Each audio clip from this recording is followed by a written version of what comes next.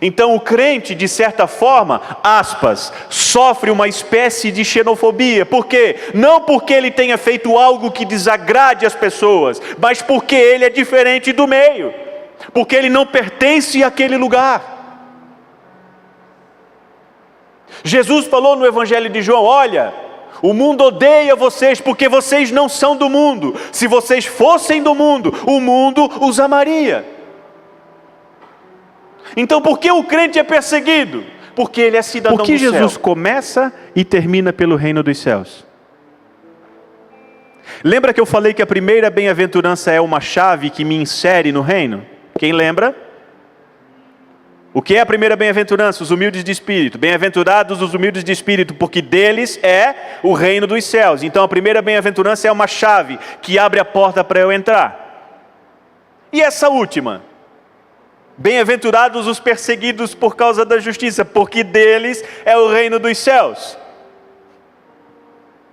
Você percebeu que a mesma chave que abre o teu carro é a que dá a partida para você andar com ele?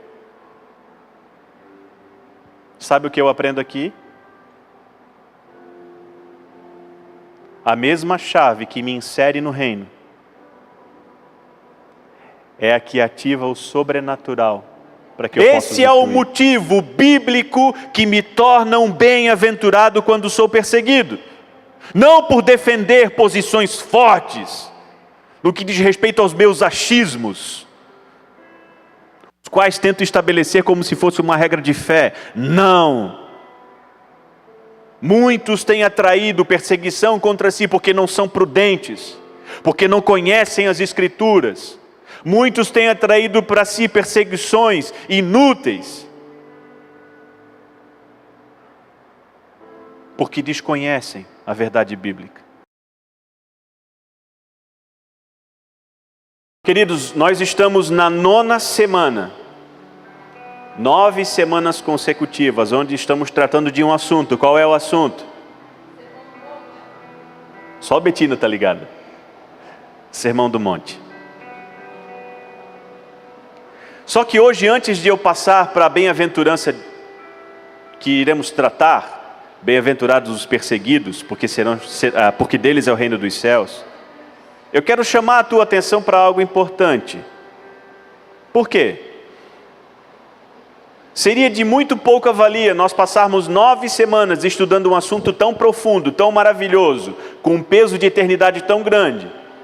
Seria inútil nós passarmos esse tempo todo estudando isso se nós não tivermos a condição de assimilar essas verdades e de assentá-las nos nossos corações.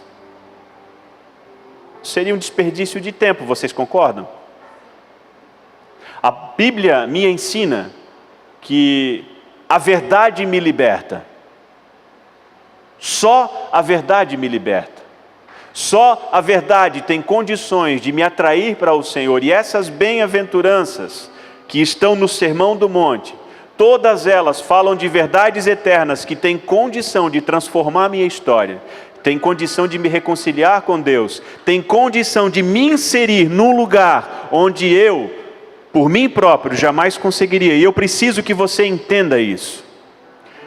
Eu preciso que você atente para o fato de que estarmos aprendendo a respeito do Sermão do Monte é um grande privilégio que o Senhor nos tem concedido. E os privilégios normalmente são destinados a poucas pessoas. É assim ou não é? Quando você tem algo que é muito bom, quando você tem algo que é muito importante, normalmente essa alguma coisa é oferecida para um grupo seleto de pessoas. Neste caso, qual é o grupo seleto a que Jesus se refere? Aos seus discípulos. Jesus não traz o Sermão do Monte e não fala das bem-aventuranças para as pessoas naturais, para as pessoas do mundo. Não, ele seleciona um grupo pequeno, um grupo seleto, para então passar instruções a respeito do reino de Deus. E quem são essas pessoas? Eu e você, os filhos de Deus. Por que eu falo isso? Porque todas as verdades contidas no Sermão do Monte, todas as verdades contidas nas bem-aventuranças, são verdades espirituais, destinadas a pessoas espirituais. Quem são as pessoas espirituais? aquelas em quem habitam o Espírito Santo. Amém, queridos? Então, por favor, deixa eu chamar a tua atenção nessa noite. Eu quero pedir que você não se disperse, que você procure atentar para as verdades que vamos falar hoje. Eu quero trazer à tua memória, fazer um pequeno retrospecto, que de 9 semanas para cá nós falamos da primeira bem-aventurança, que é: bem-aventurados os humildes, porque deles é o reino dos céus. O que fala essa bem-aventurança? Fala a respeito de eu ser colocado diante de mim mesmo e diante do Senhor e perceber a minha insuficiência, a minha insignificância, a minha necessidade de alguém que possa me socorrer. Vimos a segunda bem-aventurança, que fala o quê? Bem-aventurados os que choram, porque serão consolados. Essa bem-aventurança me ensina que eu preciso lamentar a minha condição percebida na primeira bem-aventurança, para que então, aos pés do Senhor, eu possa receber um consolo. Qual é a terceira bem-aventurança? Bem-aventurados os mansos, porque herdarão a terra. Essa mansidão, ela me é oferecida pelo Espírito a partir do momento em que eu me percebi miserável, chorei e abandonei as minhas desculpas. Lembre-se que nós falamos, o bem-aventurado é a pessoa que não se defende, porque ela percebeu que não existe nada a ser defendido. Lembram disso? Quem é o manso? É a pessoa que sabe que qualquer um que fale mal dela não estará falando nada além da verdade, e ela faz aquela seguinte pergunta que eu já falei várias vezes: me conta alguma coisa que eu não sei? Não é isso? Essas 3 primeiras bem-aventuranças nos levam para a quarta, que é: bem-aventurados os que têm fome e sede de justiça, porque serão fartos. As 3 necessidades apresentadas nas 3 primeiras bem-aventuranças, elas são saciadas quando eu me achego ao Senhor. É isso que nós vimos: bem-aventurados os que têm fome e sede de justiça. Quando eu tenho fome, quando eu tenho sede de Deus, Ele me satisfaz. E essa satisfação que eu recebo dele me leva à próxima bem-aventurança, que é: bem-aventurados os misericordiosos, porque alcançarão misericórdia. Essa bem-aventurança me ensina que eu só consigo ser misericordioso depois que eu percebi que também preciso de misericórdia. Essa me leva à próxima bem-aventurança, que é: bem-aventurados os limpos de coração, porque verão a Deus.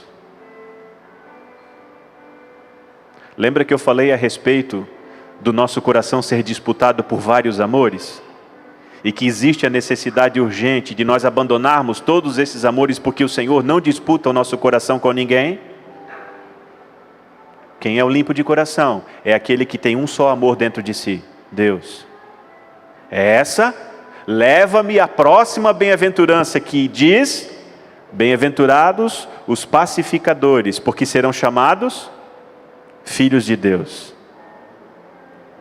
O pacificador é a pessoa que percebeu sua miséria, chorou, recebeu consolo, se tornou uma pessoa mansa, tem sido saciada por Deus, exerce misericórdia, tem só um amor no seu coração. E por isso, o maior desejo dele é que outras pessoas sejam reconciliadas com Deus. O pacificador é um embaixador de Cristo. Tudo isso nos leva à bem-aventurança que falaremos hoje. Abra comigo sua Bíblia em Mateus capítulo 5, versículo 10 a seguir. Por que eu fiz esse retrospecto, irmãos? Porque eu preciso que você assimile tudo o que está sendo tratado aqui. Eu preciso muito que você assente no teu coração essas verdades, porque elas são espirituais. E delas dependem a tua alma ou a tua vida eterna. Queridos, nós pecamos e nós padecemos e nós deixamos de viver a plenitude de Deus, a plenitude do Espírito, porque não damos valor a verdades como essas contidas nas Escrituras. Nós precisamos atentar para isso. Nós vivemos uma geração muito imediatista, muito visual. Visual porque ninguém mais lê nada. Nós vivemos na era da digitalização, né? Da virtualização. Então, o que me chama a atenção é aquilo que eu vejo, é uma geração visual. Mas é também uma geração muito imediatista. Ou seja, uma geração que não suporta a profundidade e a riqueza do Evangelho, se contenta com frases de efeito. Tal geração é pobre, é miserável, porque deixa de comer de um maná escondido, deixa de se alimentar de um banquete espiritual. Por quê? Porque não tem paciência de se deixar ensinar pelo Senhor. Então nós vivemos num tempo onde as pessoas são muito visuais e muito imediatistas. E isso rouba delas a profundidade de Deus.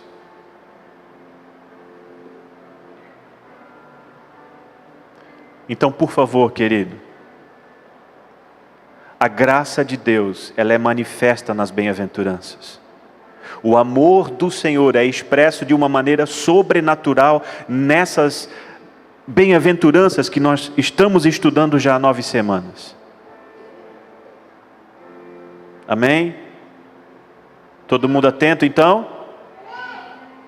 Assim é melhor. Mateus capítulo 5, versículo 10. Bem-aventurados os perseguidos por causa da justiça, porque deles é o reino dos céus. Bem-aventurados sois quando por minha causa vos injuriarem e vos perseguirem e mentindo disserem todo mal contra vós. Regozijai-vos e exultai, porque é grande o vosso galardão nos céus, pois assim perseguiram aos profetas que vieram antes de vós. Chegamos aqui à última das bem-aventuranças. E há quem defenda que essa não é a última, é a penúltima, porque segundo alguns, no versículo 11 nós teríamos a 9ª bem-aventurança. Porém, o versículo 11 e 12 traz uma espécie de amplificação da verdade mencionada por Jesus no versículo 10. Mais ou menos como se Jesus, ao falar a primeira sentença, dissesse assim: olha, o bem-aventurado é aquele que é perseguido por causa da justiça. Trocando em miudinho, ser perseguido por causa da justiça significa isso, isso e aquilo outro. É mais ou menos isso que Jesus está dizendo. Então ele amplifica a verdade. Ele meio que elabora uma explicação a respeito daquela bem-aventurança. Então é muito fácil nós percebermos que o versículo 11 e 12 se trata apenas de uma extensão do que está escrito no versículo 10. A gente percebe de maneira muito fácil. Olha só, bem-aventurados os perseguidos por causa da justiça, porque deles é o reino dos céus. O que significa isso, Jesus? Aí ele responde: vocês são bem-aventurados quando por minha causa são injuriados e perseguidos. É isso que eu quero dizer. Entendeu? Então essas duas na verdade são uma só. O que é essa bem-aventurança? Como é que alguém pode se sentir feliz sendo perseguido e sendo maltratado? Você já imaginou isso? Como é que alguém em sã consciência pode se sentir feliz por estar sendo perseguido, por estar sendo maltratado? Por que o crente é perseguido? São questões que essa bem-aventurança explica. Assim como todas as que vimos até agora, irmãos, essa bem-aventurança trata de uma coisa natural? Eu quero chamar pela tua memória. Não.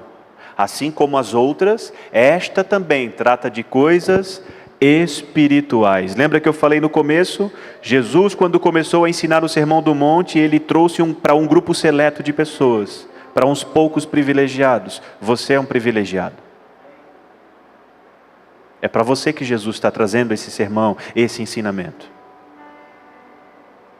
Essa bem-aventurança, ela também converge para Deus, como as outras, né? Todas elas convergem para o Senhor. E ao mesmo tempo ela está inseparavelmente ligada a cada uma das outras. E você vai entender isso no decorrer da minha explicação. Essa bem-aventurança é o resultado óbvio, produzido por todas as virtudes que eu apresento em todas as demais bem-aventuranças. Ela é a comprovação do caráter do crente. E como é que se dá essa comprovação? a partir da sua reação às coisas que lhe acontecem, a partir da reação do mundo a teu respeito. É isso que essa bem-aventurança trata. A reação do mundo a meu respeito.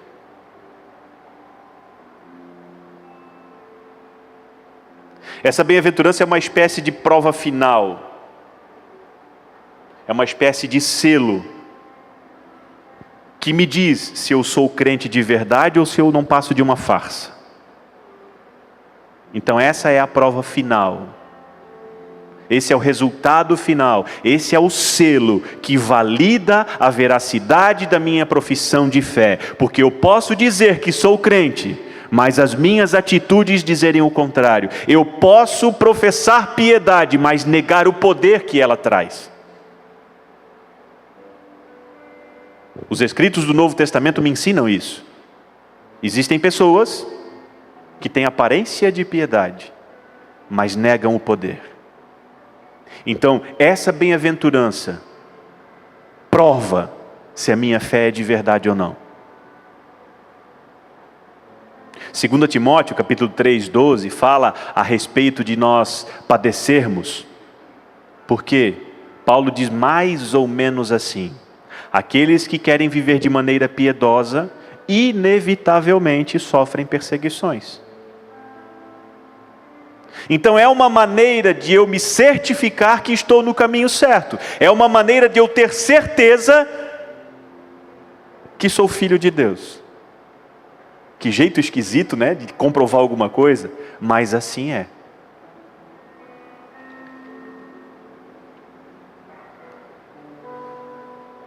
Perguntamos: como pode alguém ser feliz sendo perseguido? Naturalmente falando, ninguém vai concordar, ninguém vai aceitar, ninguém vai conseguir assimilar o fato de ser feliz sendo perseguido, mas espiritualmente. E aqui que está o grande segredo. É o maior privilégio que uma pessoa pode ter. Por quê? Porque ela comprova o fato de que essa pessoa é cidadã do reino dos céus. As pessoas que sofrem perseguições, espiritualmente falando, elas são felizes porque os olhos delas estão nas recompensas, nos galardões que aguardam por elas quando elas ultrapassarem os portais da glória. Porque o cristão é feliz quando é perseguido, porque ele está olhando para a eternidade. E como Pedro, ele diz: isso é só leve e momentânea tribulação, que produz para mim eterno peso de glória, acima de toda e qualquer comparação. Porque se o crente olhasse só para cá, coitado, não dá. Não dá para ser feliz, Luan, olhando só para essa terra sendo crente. Mas quando eu olho para o céu, o meu coração se enche de gozo. Porque as coisas da terra são passageiras, mas as que não vemos, as espirituais, são eternas, você entende?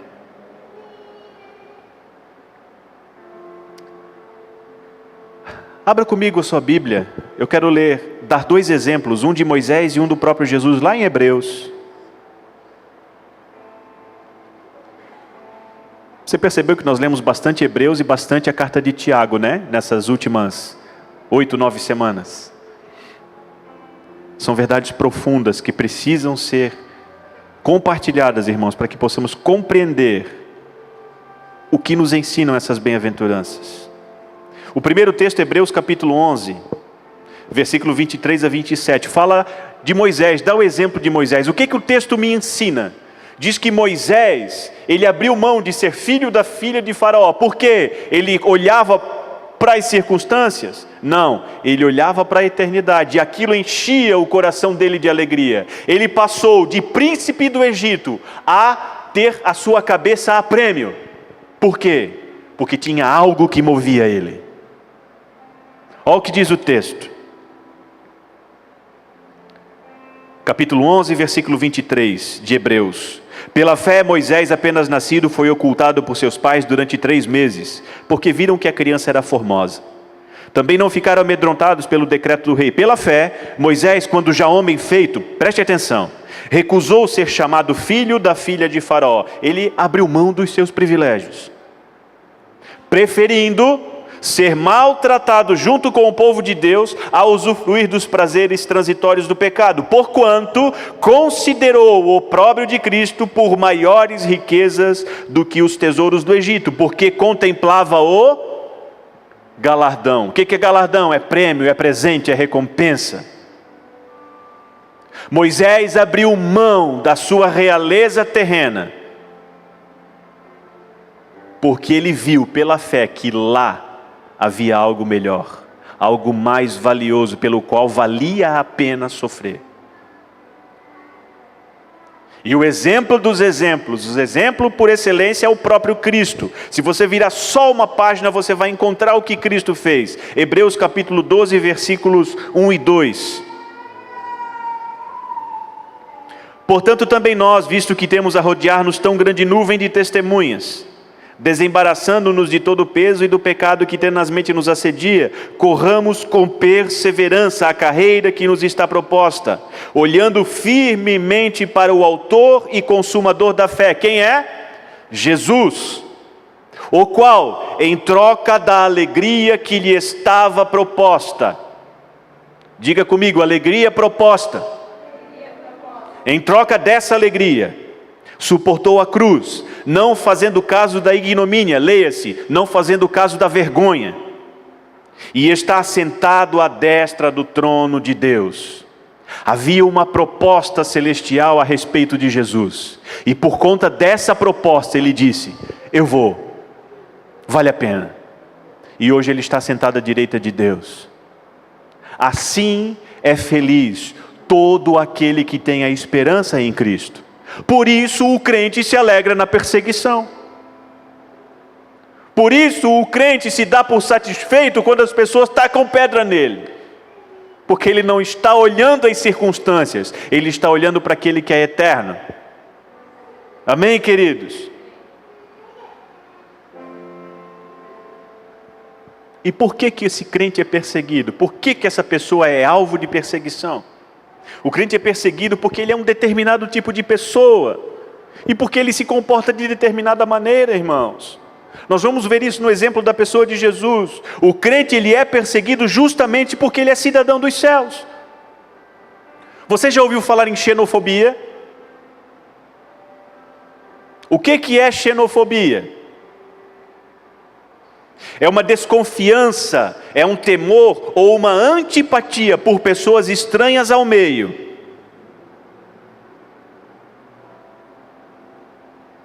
Então, qual é o significado de xenofobia? Desconfiança, temor ou antipatia por pessoas estranhas ao meio daquele que está julgando, ou pelo que é incomum ou vem de fora do país.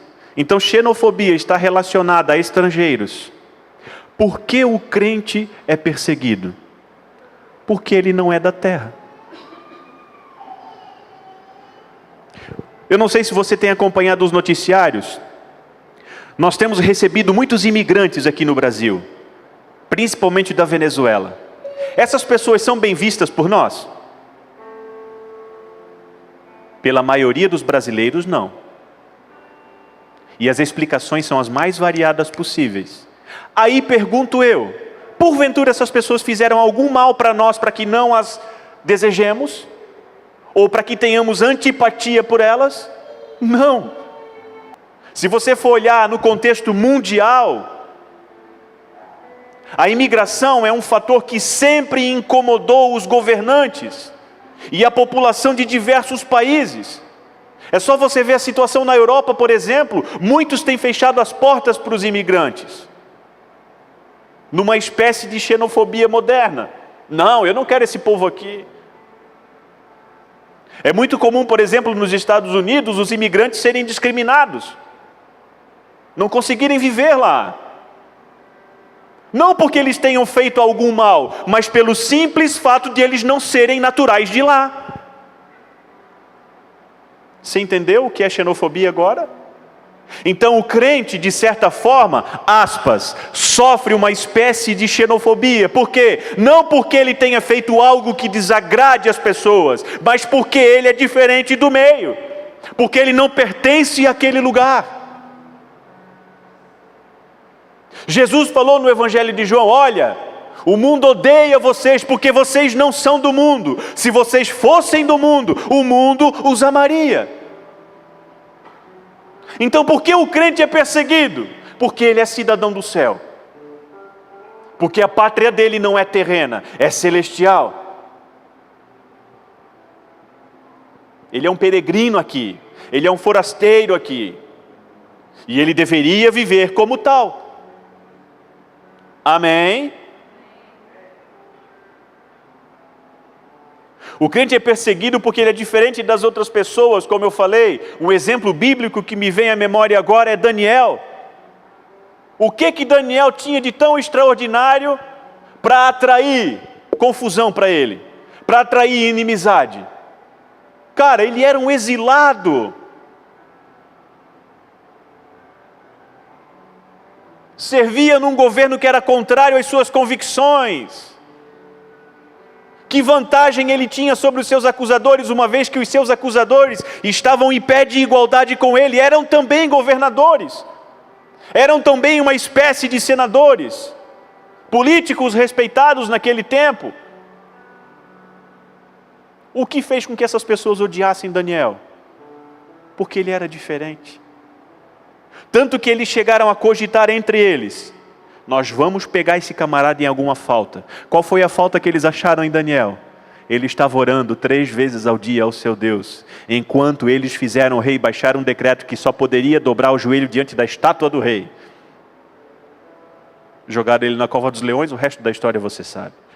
O mesmo aconteceu com seus 3 amigos. Foram lançados na fornalha de fogo ardente. Por quê? Eram diferentes. Você está comigo ainda? Vamos seguir um pouquinho então. Existe algo que é, na minha opinião, extraordinário, irmãos, nessa bem-aventurança. Por que extraordinário? Porque ela não diz respeito a eu ser perseguido por si só. A grande questão que essa bem-aventurança traz não é o fato de eu ser perseguido. Ser perseguido não é o alvo. Se você ler com atenção o que diz a bem-aventurança, o que diz? Bem-aventurados os que são perseguidos por causa da... Não diz bem-aventurado você que é perseguido porque é evangélico. Não diz bem-aventurado é você quando é perseguido porque não gosta de homossexuais. Não diz que você é bem-aventurado quando perseguido porque tem uma posição política diferente da posição corrente. Também não diz que você é perseguido porque você diz que é cristão. Diz isso? Não, bem-aventurado é você quando é perseguido por causa da justiça. Diga comigo, justiça. Alguém tem lembrança do que falamos a respeito de justiça aqui? Naquela bem-aventurança sobre os que têm fome e sede de justiça? O que é essa justiça? É dar aquilo que pertence a outro? Nananina, não. O que é essa justiça? O que é a justiça espiritual? O que é a justiça apresentada, mencionada, ensinada nas bem-aventuranças? É aquela que me faz semelhante a Cristo. Lembra que eu dei o exemplo do nível? Agora você lembra. É eu estar nivelado com Ele, em total conformidade com a lei perfeita de Deus e com o seu caráter santo. Então, quando eu sou bem-aventurado? Quando eu sou perseguido por ser parecido, por ser semelhante, por ser igual a Jesus. Esse é o motivo bíblico que me torna um bem-aventurado quando sou perseguido.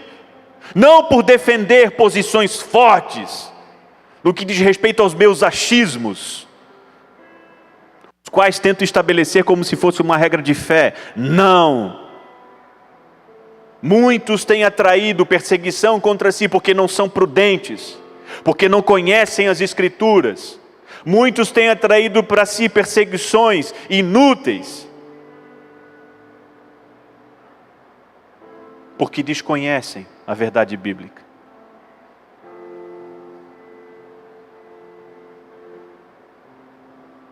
Pensa comigo. Se não aconteceu com você, talvez com alguém perto de você. Comigo já aconteceu. Antes de Cristo me alcançar, eu tacava a pedra em crente. Por quê? Porque o grupo de crentes, os quais eu conhecia, eram pessoas completamente ignorantes, desconhecedoras da verdade, cheias de preceitos de homens. Eu ser igual a essa gentinha? Que gente mais ignorante, né?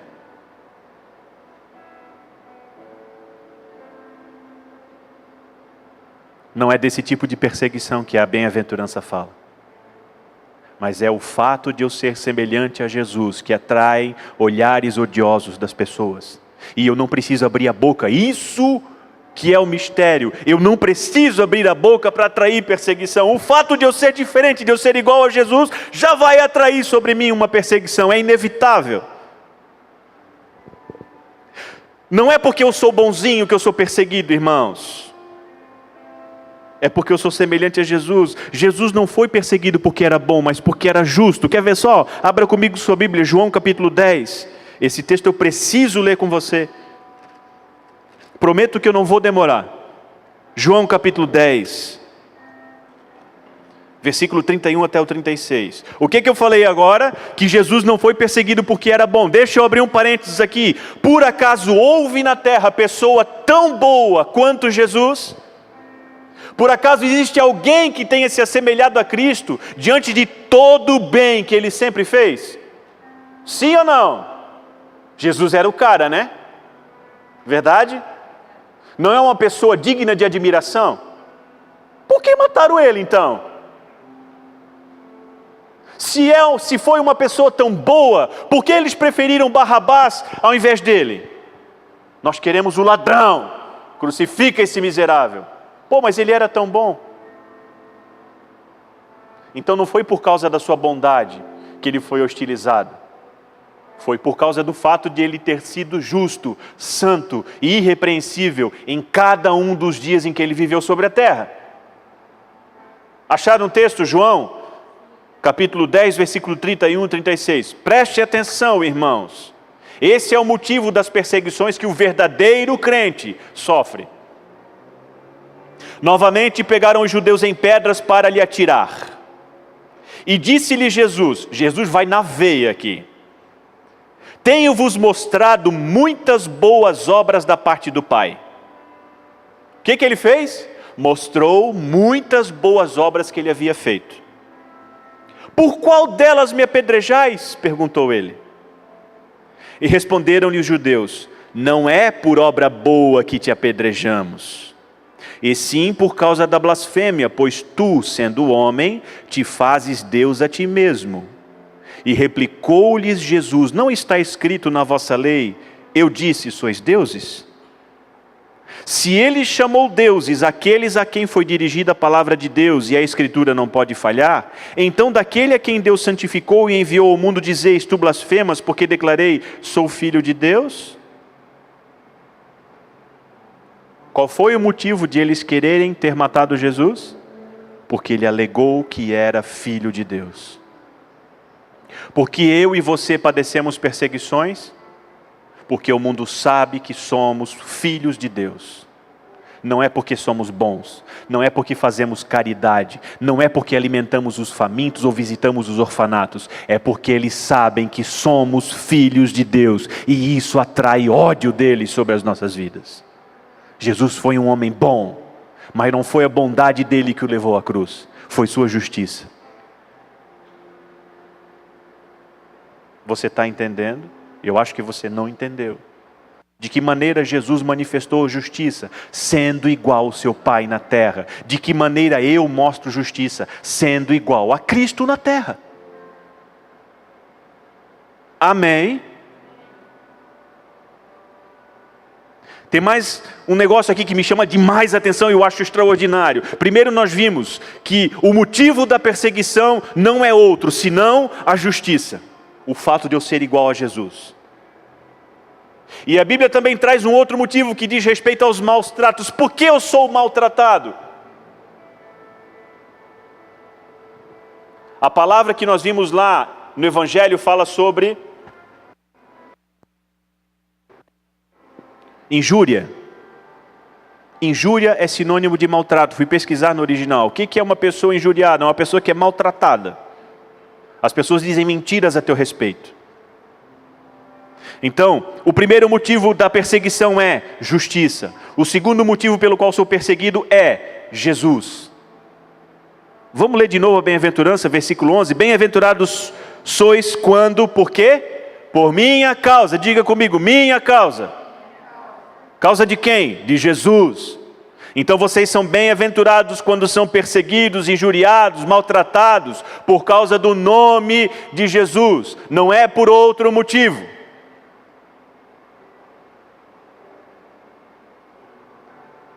Ah, e o fulano fala mal de mim só porque eu falei para ele que eu vou na igreja evangélica. Larga a mão de ser ignorante. Ah, e o ciclano lá, ele não gosta de mim só porque eu falo para ele que eu não danço, porque eu acho pecado. Larga a mão de ser ignorante.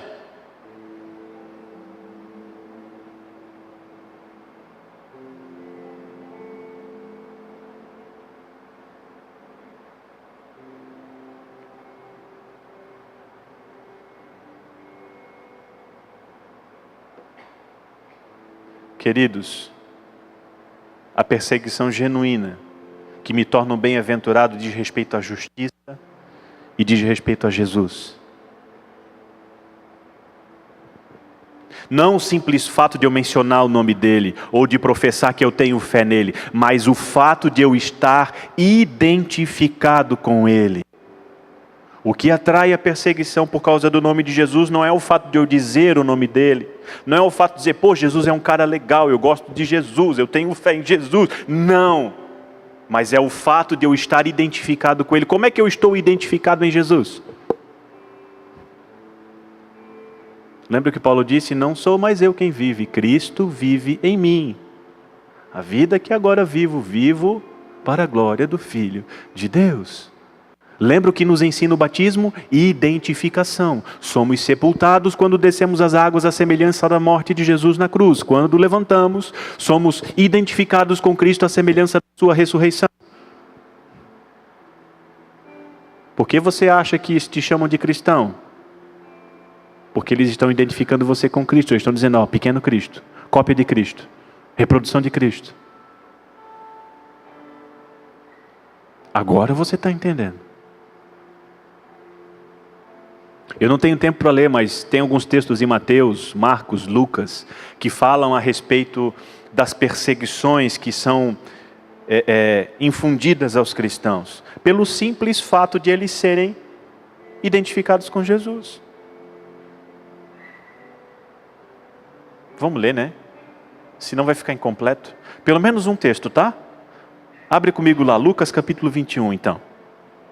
Só esse texto. Depois, se você quiser outras referências, eu te passo em off.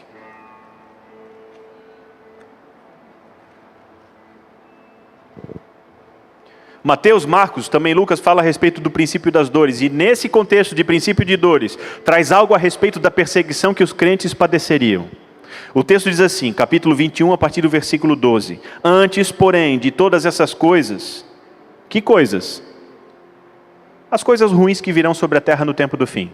Antes que isso tudo aconteça, porém, lançarão mão de vós e vos perseguirão, entregando-vos às sinagogas e aos cárceres, levando-vos à presença de reis e governadores, por causa do quê? Por causa do meu nome.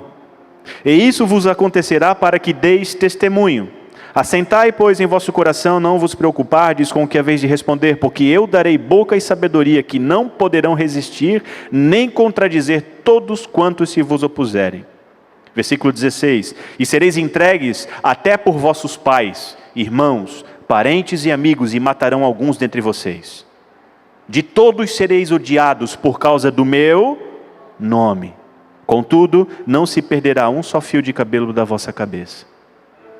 Numa outra passagem, Jesus ensina que os inimigos do homem seriam os da própria casa. Ele disse, não vim trazer paz, eu vim trazer espada. Porque quando Ele nos transforma em novas pessoas, em novas criaturas, deixamos de pertencer a esse mundo. e por deixarmos de pertencer a este mundo, por nos tornarmos cidadãos de um outro lugar, as pessoas olham para nós e nos odeiam. Simples assim.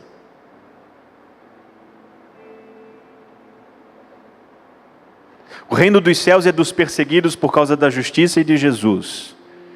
E o interessante é que eu já estou caminhando para o final. Eu não sei se você percebeu, Jesus começa as bem-aventuranças falando de reino dos céus. E ele termina as bem-aventuranças falando da mesma coisa. Você percebeu isso? Por que Jesus começa e termina pelo reino dos céus? Lembra que eu falei que a primeira bem-aventurança é uma chave que me insere no reino? Quem lembra? O que é a primeira bem-aventurança? Os humildes de espírito. Bem-aventurados os humildes de espírito, porque deles é o reino dos céus. Então a primeira bem-aventurança é uma chave que abre a porta para eu entrar. E essa última? Bem-aventurados os perseguidos por causa da justiça, porque deles é o reino dos céus. Você percebeu que a mesma chave que abre o teu carro é a que dá a partida para você andar com ele? Sabe o que eu aprendo aqui? A mesma chave que me insere no reino é a que ativa o sobrenatural para que eu possa usufruir. Vou repetir. A mesma chave que abre a porta para eu entrar é a que ativa o sobrenatural para que eu possa usufruir. Por isso Jesus começa com o reino dos céus e termina com o reino dos céus. Amém, queridos? Agora eu fiquei empolgado aqui. Eita, Lele.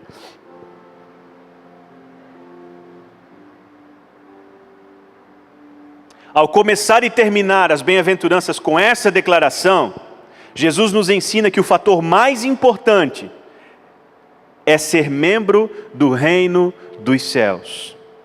Não que as outras bênçãos, as outras promessas sejam de menor valor, pelo contrário. Elas são boas demais, mas o mais importante de tudo, o fundamental, o essencial, é que eu seja cidadão do reino dos céus. Olha o que Jesus falou para um grupo de discípulos que voltou de uma campanha. Todo bobo, né? Expulsamos o demônio no teu nome, Jesus. Aconteceu um milagre, o enfermo foi curado, até morto nós ressuscitamos. Oh, aleluia! E o que Jesus disse para eles? Alegrai-vos antes. Alegrai-vos em primeiro lugar. Não porque os demônios se submetem a vocês. Não porque vocês são usados por mim. Mas porque o nome de vocês está arrolado nos céus. Abre lá comigo, Lucas 10 e 20. Eu sei que Deus pode transformar a tua vida, eu tenho certeza disso. Eu tenho convicção que Deus pode mudar a tua história, se você deixar assentar essa verdade no teu coração. Lucas 10, só o versículo 20 eu vou ler, se você quiser ver o contexto, a partir do versículo 17, você lê em casa. Não, vou ler tudo. Já que eu estou, né? Eu não consigo, Val, eu não me aguento. Isso aqui é um maná, é uma coisa boa demais para mim, não dá para desprezar. Então regressaram os 70 possuídos de alegria, dizendo: Senhor, os próprios demônios se nos submetem ao teu nome. Mas ele lhes disse: eu vi Satanás caindo do céu como um relâmpago. Eis aí vos dei autoridade para pisar de serpentes e escorpiões e sobre todo o poder do inimigo, e nada absolutamente vos causará dano. Eu dei isso para vocês. Mas, versículo 20, não obstante, alegrai-vos, não porque os espíritos se vos submetem, e sim porque o vosso nome está arrolado nos céus. Porque Jesus começa e termina as bem-aventuranças falando do reino dos céus, porque essa é a verdade essencial, fundamental, que deve ser uma realidade na minha vida. Eu preciso fazer parte desse reino. Eu preciso ser naturalizado como um cidadão dos céus. O meu passaporte precisa estar escrito: cidadão dos céus.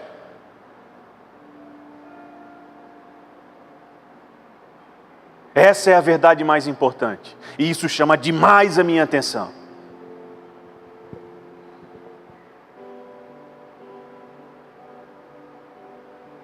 Pelo fato de nós sermos parte integrante, membros desse reino, cidadãos dessa pátria celestial, nós somos inseridos numa dimensão espiritual, irmãos. Lembra que eu falei, a chave que me coloca dentro é a chave que ativa o sobrenatural? Por que eu e você vivemos uma vidinha tão medíocre? Se Deus tem tanto à disposição dos seus filhos.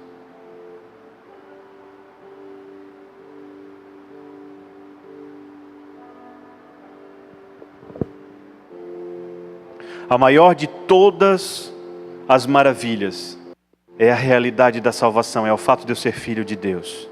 Romanos 8,17 fala, se nós somos filhos, somos também herdeiros. Herdeiros de Deus e co-herdeiros com Cristo. Se com Ele sofremos, também com Ele seremos glorificados. Então, se você está sendo perseguido pelo fato de ser semelhante a Jesus, dá um pulo de alegria, glorifica o nome do Senhor, porque você está no caminho certo. E a tua fé é de verdade. Você não é uma farsa.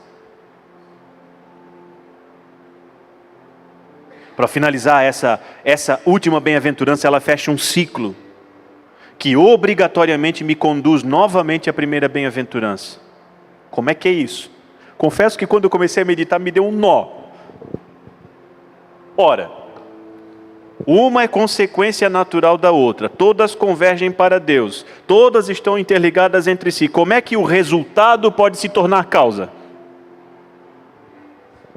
Porventura um homem natural suporta a perseguição? Quem é que consegue suportar a perseguição? O humilde, o que chora, o manso, o que tem fome e sede, o misericordioso, o limpo de coração e o pacificador. Ai meu Deus! Então essa última bem-aventurança fecha um ciclo que obrigatoriamente me leva de volta àquele lugar. Você está entendendo? Não dá para fugir disso, irmãos, e é isso que me deixa maravilhado. Se por um lado essa última bem-aventurança é uma consequência óbvia da manifestação das outras, vou repetir. Se por um lado essa última bem-aventurança é a consequência óbvia da manifestação das outras, ou seja, se essa é o resultado daquelas, por um lado, por outro lado, ela também é o fator que me conduz diretamente a elas. E aí eu vou manifestando o caráter de Cristo na minha vida. E vou sendo transformado de glória em glória, de fé em fé, até a estatura de varão perfeito. Eis o motivo, porque isso aqui é uma coisa totalmente espiritual. Tudo isso junto aponta para a necessidade do novo nascimento, irmãos. O homem natural não consegue. Eu preciso nascer de novo. Jesus disse a Nicodemos, você não pode ver o reino de Deus se não nascer de novo. A minha natureza precisa ser transformada. O velho homem precisa morrer para ressurgir um novo homem. Morre o homem natural, nasce o homem espiritual. A natureza carnal é aniquilada e trazida à vida a natureza espiritual. E só a natureza espiritual vai me habilitar a viver todo esse ciclo ininterruptamente até a volta do Senhor.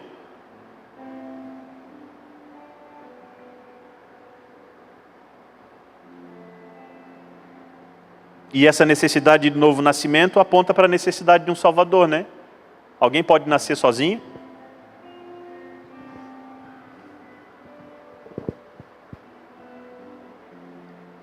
Hoje eu estava meditando, já vou encerrar, prometo. E eu lembrei de uma coisa que meu pai costuma falar quando eu passo alguns dias a mais sem visitá-lo. A minha esposa está aqui, minhas filhas também, elas já ouviram. Tu é filho de chocadeira, é? Preste atenção. Eu sempre dei de ombro para essa afirmação dele, né? Mas ele está me ensinando uma verdade extremamente espiritual, algo sobrenatural. Preste atenção, eu deixo de visitar minha família por alguns dias, por causa de uma série de fatores.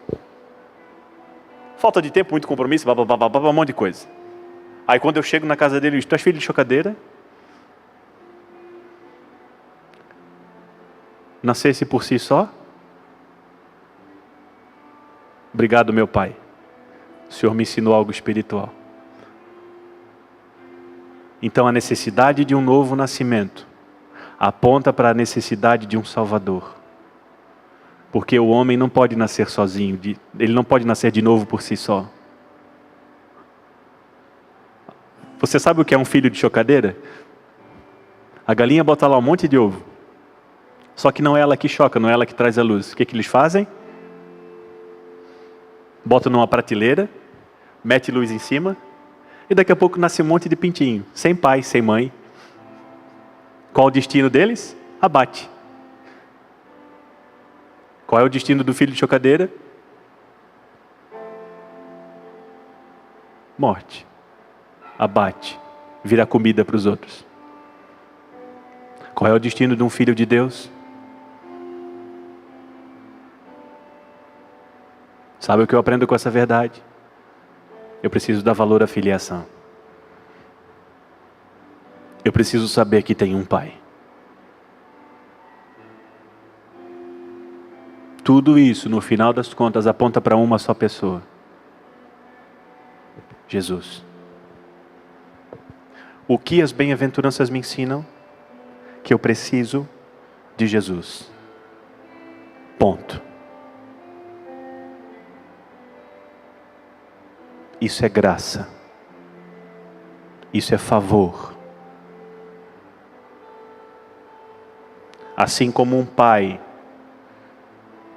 traz o filho à vida e lhe proporciona todos os meios para que ele cresça e se desenvolva, até o ponto de ele constituir a sua própria família. Assim também é com relação às coisas espirituais. Isso é graça, irmãos. Jesus faz por nós o que nós não temos condições de fazer. E Jesus faz em nós aquilo que não conseguimos fazer. E Jesus faz através de nós aquilo que não temos disposição natural para fazer.